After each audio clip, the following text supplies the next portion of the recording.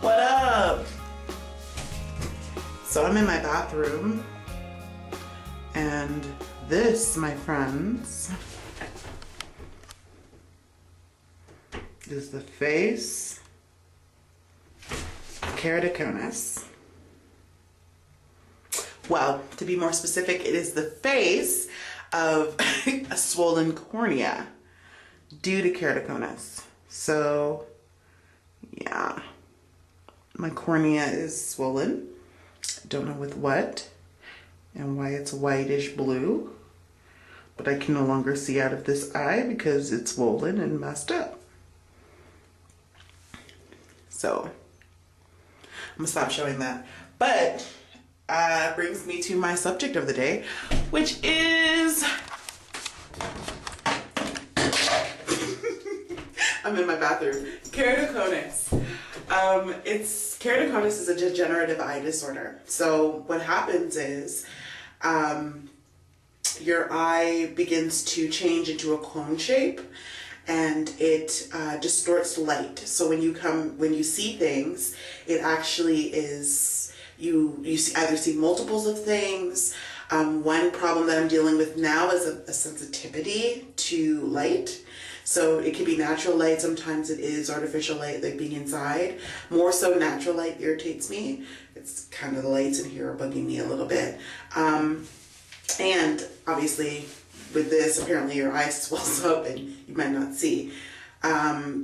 There's a lot of irritation on this side. It's really dry. So not only can I not really see properly out of it or at all really, it's dry and it's itchy and it's problematic, and I like rub it a lot and all that stuff. All that bad stuff. Now, I wanted to talk about this for a while because I squint a lot in my videos. I squint in real life.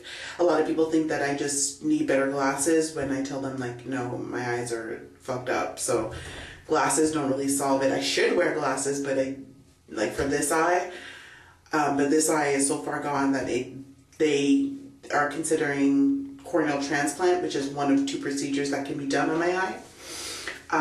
Well, it's a good candidate for that. There's a fly in here. It's still alive. But yeah, it's a corneal transplant for this eye, which means they take the cornea from a donor, which is deceased, and they take out the damaged cornea and put that in, and then my eye is supposed to like adjust and, you know, accept it. Normal, like, donor part sort of thing that you have to go through.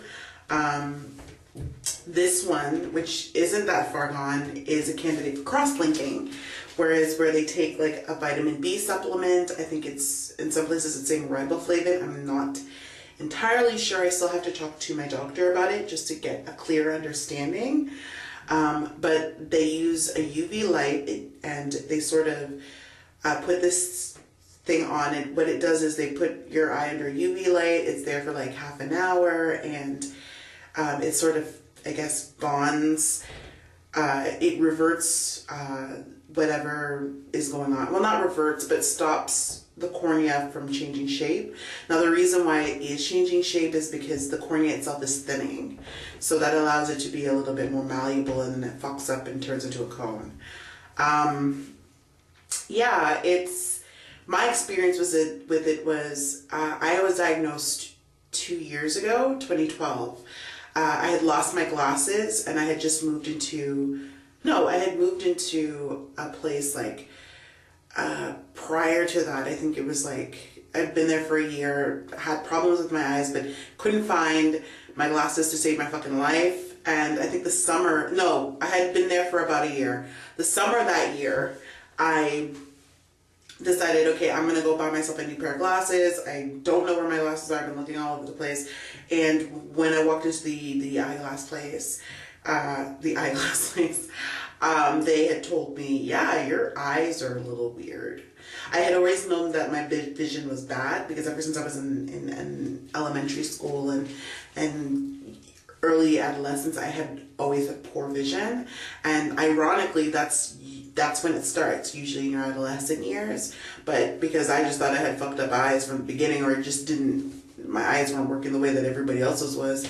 I was just moved from different spots in the class. I used to like to sit in the back of the class, so I had to be pushed all the way to the front, and that worked for a little bit until high school, where I had problems looking at, like, this is when, like, old school high school, I don't know what they have now, but they had the old school projectors where you, like, it's like a mini machine, and then you put the clear plastic thing and people write on it, and then it shows up on the board. I don't even, like, the only thing I can say is projectors. If you guys in 2012 don't, like, the newer generation, I don't even think they even have that anymore. I think that's, like, outdated technologies, like portable classes outside.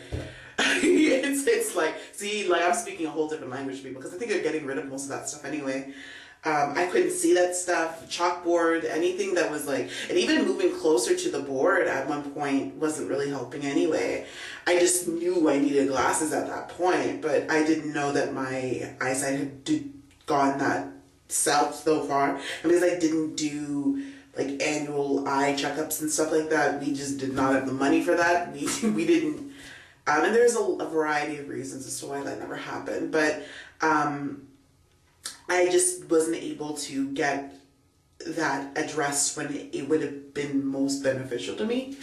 But now I'm dealing with it now, and it's not covered under OHIP because it's an eye situation, and like 1 in like 200 people or like 2,000 people, or like, it's like such an obscure amount of people that actually have the disorder that it's not going to be covered under that. But that's a whole different other uphill battle, dealing with having to pay for this thing and just different other stuff. But for the 2 years that I had it, I didn't have any major problems. This actually started shortly before my birthday. My birthday was September 30th. So like a couple days before then, I woke up and my eyes had swollen. My cornea was swollen and I couldn't see out of this eye. And I've had problems with this eye, you know, of it like just like being blurry in the morning, but it had never stayed for longer, and it didn't, sure as hell didn't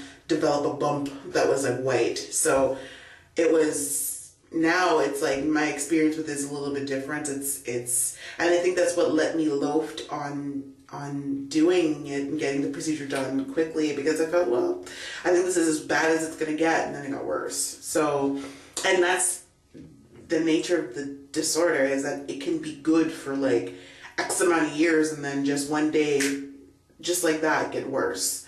Or like just drop, your vision could drop dramatically in like a short period of time, even though you had like a long time of it just being okay.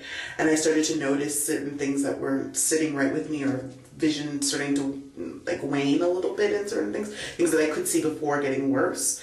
So now we're working, thank God for my family who's just trying to help me get this together and get it done and get it dealt with, so that I don't have to worry about this. The only problem is that when you're blinking, and just it is so dry and irritated that it's impossible some days, and it's the worst when gets really bright outside, or you know, you get like a ray of light, or it just starts to get irritated and itchy out of nowhere, and it's just you can't see, and then you're tearing up all the time.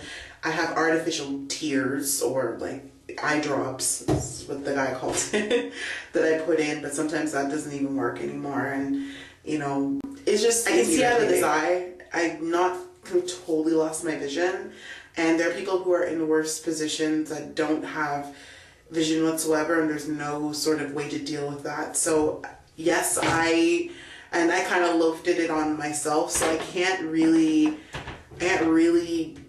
be as mad as I should be, I guess. But in the same sense, I mean, like, I'm working on it, I'm trying to get it fixed and trying to do things, and as long as I can still somewhat see and take care of myself, I really don't have anything to complain about. And I have a family that cares, and they're really trying to help me out, so I'm not in a worse position. But I really did want to talk about it simply because nobody, like, I had researched, like maybe half-heartedly, not as much, but I didn't see anybody really talk about their experiences with it. So I felt that maybe if there's anybody out there that, you know, is dealing with it, if they've had cross-linking done, if they've had this happen to them, or if, you know, they are going through it right now, like how they're feeling, like leave those in the comments. Like I would love to hear what other people have to say, because it's not that many people that have it, and not that many people that know about it, I guess. So it's hard to kind of like navigate and figure out what's going on. But yeah, if you have it, if you've gone through any of the procedures, if you are in a position, like, I mean, there's one you could also do is wear a contact. It's a hard shell contact that I did have, but the coning has gone so bad that it's not even going to sit on my eye anymore. So it's like it's so hard and very, very difficult to wear. So it's just, my body just is like, I can't do this. But if you are wearing the contacts, is the contacts working for you? Has it not got to this point? It may not, you know, it may not happen to, maybe it's just me or whatever, but like, let me know in the comments. Great, thanks, bye.